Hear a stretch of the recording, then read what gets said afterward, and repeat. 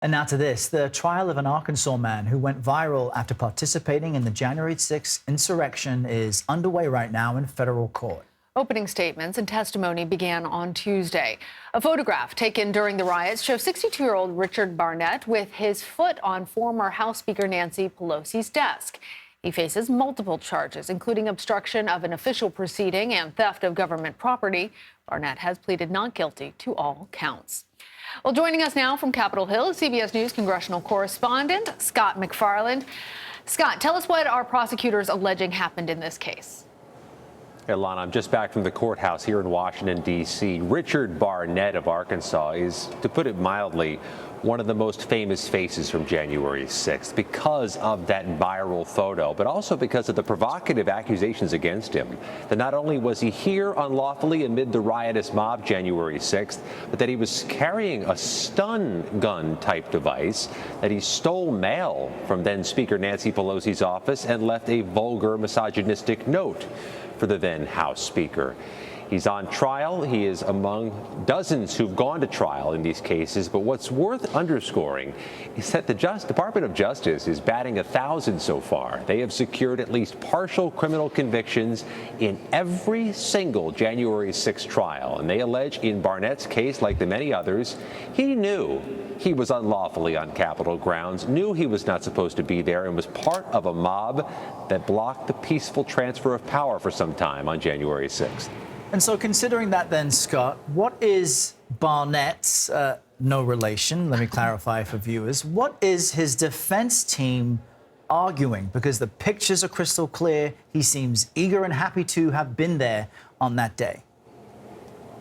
And it's hard to dispute the images that he was in fact there on restricted grounds amid a riotous mob. What they're going to argue, and they have done so in their pretrial motions, is that police were targeting more than just the provocateurs of that day, but targeting other people who were on the grounds, arguing in part that Barnett was not among the provocateurs that day, that there were others causing the face-offs with police, and that Barnett was not among them.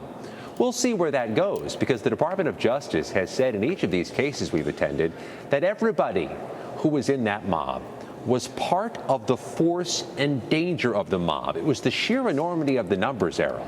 The outnumbered police, the mob that by orders of magnitude had more bodies on its side than police had on their side, that were the danger and caused the calamity of January 6th. So, Scott, something that's related but a bit tangentially, the House on Tuesday established a select committee on the weaponization of the federal government. Tell us about this new panel, and also tell us about a probe possibly into President Biden and his family.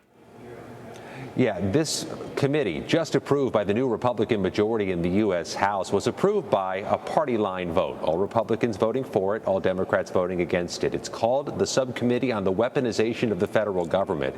And one of the things CBS News has learned is that during the backroom negotiations last week in the U.S. House, among the things the faction of Republicans who were holding out on their speaker vote were negotiating was to make sure this committee has the same resources, the same money, the same bandwidth of the House Select January 6th committee.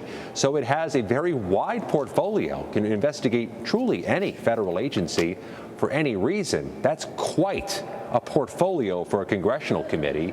It also seems quite clear this committee is going to aggressively investigate not just the Biden administration, but the Department of Justice, the FBI, those who have investigated, among other things, people who participated in the Capitol riot, and at least one member of Congress who's been under scrutiny, who was seen as an election denier. That member of Congress, by the way, from Pennsylvania, says he wants a seat on this new subcommittee.